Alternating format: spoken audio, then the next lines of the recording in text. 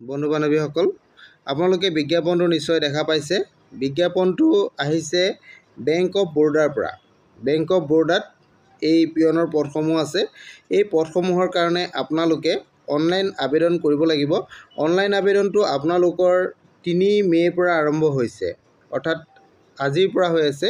মই ভিডিঅ'টো যিহেতু 3 তাৰিখে বনাইছোঁ, গতিকে মই আজি বুলিয়ে কৈছোঁ। আৰু ইয়াৰ আপোনালোকৰ লাষ্ট ডেটটো ইয়াতে 23 মে'লৈকে থাকিব। গতিকে 23 মে'ৰ ভিতৰত আপোনালোকে অনলাইন আবেদন কৰিব লাগিব। আৰু যিটো ইয়াৰ এপ্লিকেশ্যন ফিজ, সেই এপ্লিকেশ্যন ফিজটো আপোনালোকে 23 মে'ৰ ভিতৰত পে'মেণ্ট কৰিব লাগিব। এতিয়া আমি আহোঁ এই পদসমূহ কি কি, ইয়াৰ সবিশেষ আপোনালোকক মই জনাবলৈ চেষ্টা কৰিছোঁ। আপোনালোকে চাব এই পদসমূহ কিহৰ পদ ওলাইছে, আপোনালোকে ইয়াতে এবাৰ ভালধৰণে চাই ল'ব পাৰিব পদটো কি আছে। মই আপোনালোকক ইয়াতে পদটো দেখাই দিব বিচাৰিছোঁ। আপোনালোকে চাব পাৰিব ইয়াতে মুঠ যিখিনি পদ আছে, এই পদসমূহ যিহেতু মই অলৰেডি আগতে কৈছোঁ যে পিয়নৰ পদ হয়, অফিচ এছিষ্টেণ্ট পিয়ন, অফিচ এছিষ্টেণ্ট পিয়নৰ পদ হয়। এই পদসমূহৰ আপোনালোকৰ চাওক সকলো ৰাজ্যতে আছে, মানে ভাৰতবৰ্ষৰ বিভিন্ন ৰাজ্য আছে। এই ৰাজ্যবিলাকৰ প্ৰায়বিলাক ৰাজ্যতে আছে। ইয়াৰে মুঠ পদ আপোনালোকে ইয়াতে দেখা পাইছে, এইটো 500টা পদ ইয়াতে আছে। ইয়াত আমাৰ অসমৰো পদ আছে। অসমত যদি আপোনালোকে চাব বিচাৰে 2 নম্বৰত আমাৰ অসম আছে। অসমত মুঠ ভেকেঞ্চি আছে আমাৰ 4টা। ইয়াৰে এই 4টা পদৰে এটা OBC ৰিজাৰ্ভেশ্যন দিয়া হৈছে আৰু আনৰিজাৰ্ভত দিয়া হৈছে 3টা পদ। গতিকে আপোনালোকে সকলোৱে এই পদৰ কাৰণে আবেদন কৰিব পাৰিব। যে আপোনালোকে এইটো নহয় যে অসমৰ কাৰণে পদ কম আছে, গতিকে অসমৰ মানুহে আমি এপ্লাই নকৰোঁ। আপোনালোকে বিভিন্ন জিলাত বা বিভিন্ন ৰাজ্যত আপোনালোকে এই পদসমূহৰ কাৰণে আবেদন কৰিব পাৰিব। আৰু অসমৰ বাহিৰতে হওক বা অসমতে হওক আপোনালোকে এই চাকৰি লাভ কৰিব পাৰিব।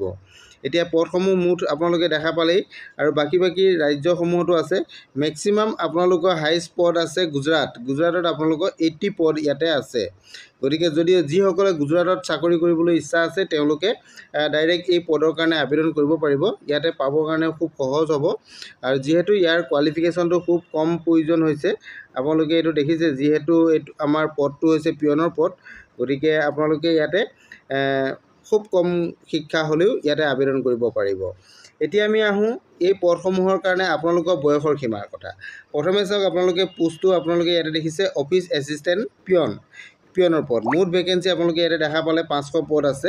আৰু ইয়াতে বয়সৰ কথাটো দিছে, বয়সটো 18ৰ পৰা 26 বছৰ ভিতৰত হ'ব লাগিব। 18ৰ পৰা 26 বছৰ।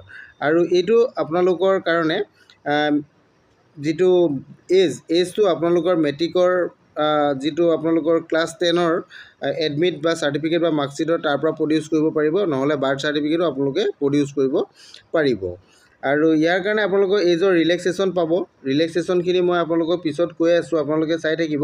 আৰু ইয়াৰ কাৰণে আপোনালোকৰ চেলাৰীটো কিমান দিব, পে স্কেল আপোনালোকে এইটো চাব পাৰিব। পে স্কেলৰ কলমটো আপোনালোকে ইয়াতে দিয়া আছে, আপোনালোকে এইটো ভাল ধৰণে চাই ল'ব পাৰিব।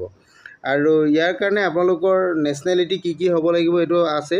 আমাৰ যিহেতু ইণ্ডিয়ান হয়, গতিকে আমি ইয়াতে চাব পাৰিব আপোনালোকে ইণ্ডিয়ান চিটিজেন আছে। ইণ্ডিয়ান চিটিজেন হ'লে আপোনালোকে এপ্লাই কৰিব পাৰিব। আৰু এজৰ ৰিলেক্সেশ্যনৰ কথাও ইয়াতে আছে, আপোনালোকে ৰিলেক্সেশ্যনটো চাই ল'ব। যিসকল চিডিউল কাষ্ট আৰু চিডিউল ট্ৰাইবৰ আছে, তেওঁলোকৰ কাৰণে 5 years আপাৰ এজৰ ৰিলেক্সেশ্যন। আৰু আদাৰ বেকৱাৰ্ড ক্লাছেছ অৰ্থাৎ OBCৰ কাৰণে আপোনাৰ 3 years। আৰু পাৰ্চন উইথ বেকছক ডিচেবিলিটিৰ কাৰণে আপোনালোকৰ 10 বছৰ। আৰু এক্স ছাৰ্ভিচমেনৰ কাৰণে ইয়াতে দিয়া হৈছে, যিসকলৰ কাষ্টত পৰে তেওঁলোকে অলপ বেছি পাব, 50 yearsলৈকে পাব SC আৰু ST কেণ্ডিডেটসকলে, এইটো ইয়াতে উল্লেখ কৰা আছে। বাকীখিনি ইয়াতে আপোনালোকে চাই ল'ব পাৰিব। খুব সহজ ভাষাত ইয়াতে উল্লেখ কৰা আছে গোটেইখিনি কথাখিনি, মই যিমানটো পাৰোঁ আপোনালোকক জনাই দিছোঁ। আৰু আমি ইয়াতে আপোনালোকৰ যিখিনি পদ আছে, পদসমূহৰ কাৰণে শিক্ষাগত অৰ্হতাটো কিমান আছে, মই সেইটো আপোনালোকক বিশেষকৈ দেখাই দিব বিচাৰিছোঁ। কিমান শিক্ষাগত হ'লে আপোনালোকে এই পদৰ কাৰণে আবেদন কৰিব পাৰিব। ইয়াতে আপোনালোকে চাওক, এডুকেশ্যনেল কোৱালিফিকেশ্যন, এইটো নিশ্চয় আপোনালোকে দেখিছে, এডুকেশ্যনেল কোৱালিফিকেশ্যন। এই এডুকেশ্যনেল কোৱালিফিকেশ্যনটো আপোনালোকৰ লিখা হৈছে ক্লাছ 10 ষ্টেণ্ডাৰ্ড পাছ। আপোনালোকে 10 ষ্টেণ্ডাৰ্ড পাছ হ'লে এই পদৰ কাৰণে আবেদন কৰিব পাৰিব। এইটো হৈছে আপোনালোকৰ শিক্ষাগত অৰ্হতা। আৰু ইয়াত আবেদন কৰিবলৈ হ'লে আপোনালোকে অনলাইন আবেদন কৰিব লাগিব আৰু এপ্লিকেশ্যন ফিজটোৰ কথা ইয়াতে মই আপোনালোকক জনাই দিছোঁ। এপ্লিকেশ্যন ফিজটো হৈছে আপোনালোকৰ 600 ৰুপিজ হ'ব, যিসকল জেনেৰেল বা EWS বা OBC কেণ্ডিডেটৰ কাৰণে, আৰু SC কেণ্ডিডেটসকলৰ কাৰণে SC ST PWBD কেণ্ডিডেটসকলৰ কাৰণে এক্স ছাৰ্ভিচমেন তেওঁলোকৰ কাৰণে 100 ৰুপিজ আপোনালোকে পে'মেণ্ট কৰিব লাগিব। এইটো আপোনালোকে অনলাইন পে'মেণ্ট কৰিব লাগিব। এইটো এপ্লিকেশ্যন ফিজ আপোনালোকে অনলাইনত পে'মেণ্ট কৰিব লাগিব। এইখিনি কথা আপোনালোকে জানিলে। আৰু ইয়াৰ কাৰণে আপোনালোকৰ যিটো এক্সাম হ'ব, এক্সাম ষ্ট্ৰাকচাৰটো ইয়াতে দিয়া আছে। এক্সাম ষ্ট্ৰাকচাৰটো আপোনালোকে ইয়াতে চাই ল'ব পাৰিব। টোটেল আপোনালোকৰ 100 কুৱেশ্যন হ'ব। এইটো মাল্টিপুল চইচ কুৱেশ্যন হ'ব। 100 কুৱেশ্যন 100 মাৰ্কছৰ ইয়াতে আপোনালোকৰ এক্সামটো হ'ব আৰু 80 মিনিটছৰ কাৰণে এক্সামটো হ'ব। যিটো এক্সাম আপোনালোকৰ হ'ব, এক্সামটো ছাবজেক্টকেইটাও আপোনালোকে দিয়া আছে। General English and language, general awareness, elementary arithmetic আৰু এটা আছে ৰিজনিং। এইকেইটা আপোনালোকৰ বিষয়ত আপোনালোকৰ 25-25কৈ টোটেল 100টা কুৱেশ্যন আৰু 100 মাৰ্ক আপোনালোকৰ ইয়াতে আহিব। এইটো আপোনালোকৰ এক্সামিনেশ্যন পেটাৰ্ণটো। আৰু এক্সামিনেশ্যনৰ কাৰণে আপোনালোকৰ পেপাৰবিলাক আমাৰ অসমৰ কেণ্ডিডেটসকলৰ কাৰণে আপোনালোকে চাব পাৰিব। ইয়াতে কি লেংগুৱেজ আপোনালোকে চাব পাৰিব। ইংলিছ, হিন্দী আৰু আছামিজ এই 3টা ভাষাত থাকিব। লোকেল লেংগুৱেজ আছামিজ, বঙালী আৰু বড়ো এইকেইটাও আপোনালোকে ইয়াতে কুৱেশ্যন পেপাৰ পাই যাব। গতিকে আপোনালোকৰ এক্সাম দিয়াত কোনো ধৰণৰ ইয়াতে অসুবিধা নহ'ব বুলি মই ভাবোঁ। আৰু ইয়াক আবেদন কৰিবলৈ হ'লে আপোনালোকে ইয়াৰ অফিচিয়েল ৱেবছাইটত যাব, তাৰ পৰা গৈ আপোনালোকে এপ্লাই কৰিব পাৰিব। আৰু এক্সামিনেশ্যন চেণ্টাৰসমূহ ইয়াতে দিয়া আছে, আপোনালোকে চাব পাৰিব। আমাৰ অসমৰ কাৰণে ইয়াতে এক্সামিনেশ্যন চেণ্টাৰ আমি চাওঁ ক'তনো অসমত চেণ্টাৰ দিয়া আছে। ইয়াতে চাওক আপোনালোকে গুৱাহাটী আছে, নিশ্চয় এইটো দেখা পাইছে গুৱাহাটীত চেণ্টাৰ আছে। গতিকে আপোনালোকে গুৱাহাটীত ইয়াৰ কাৰণে আবেদন কৰিব পাৰিব। আমাৰ অসমৰ ভিতৰত গুৱাহাটীত আছে। আৰু এইপিনে যদি ওচৰতে আপোনালোকে কৰিব বিচাৰে শিলচৰ আছে, শিলিগুৰি আছে, তেনেধৰণে আছে। আপোনালোকে তেনেকুৱা চেণ্টাৰটো আপোনালোকে চিলেক্ট কৰি ল'ব পাৰিব এক্সামিনেশ্যন চেণ্টাৰটো।